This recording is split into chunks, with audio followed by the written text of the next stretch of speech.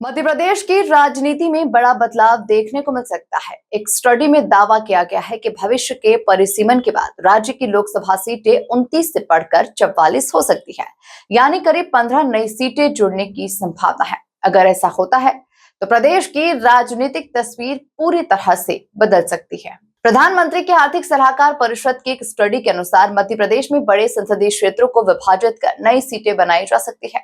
हालांकि ये कोई अंतिम प्रस्ताव नहीं है, लेकिन इसने राजनीतिक गलियारों में चर्चा तेज कर दी है। संभावित मॉडल के मुताबिक भोपाल सीट को भोपाल शहर और सीहोर में बांटा जा सकता है। वहीं इंदौर को इंदौर शहर और इंदौर ग्रामीण, जबलपुर को जबलपुर शहर और जबलपुर ग्रामीण में विभाजित करने का सुझाव दिया गया है। ग्वालियर में 2 लोकसभा सीटें ग्वालियर 1 और ग्वालियर 2 बन सकती हैं। वहीं रीवा और मऊगंज, सतना और मेहर, उज्जैन और नागदा, सागर और बीना जैसी नई सीटों की भी संभावना जताई गई है। इसके अलावा छिंदवाड़ा, पांडुरना, धार, सरदारपुर, खरगोन, बड़वानी, मंडला, डिंडोरी, शहडोल, उमरिया, बालाघाट, लांजी और विदिशा, गंजवा सौदा जैसे नए संयोजन भी सामने आए हैं। रिपोर्ट्स में कहा गया है कि परिसीमन केवल जनसंख्या के आधार पर नहीं होना चाहिए।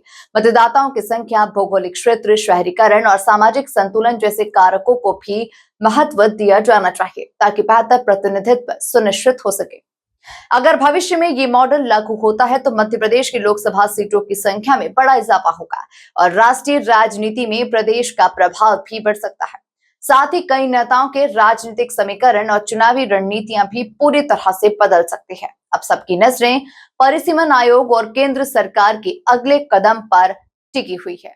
खबरों की रफ्तार सधे अंदाज में लेटेस्ट खबरों के लिए हमारे चैनल साधना एक्सप्रेस डिजिटल को सब्सक्राइब जरूर करें।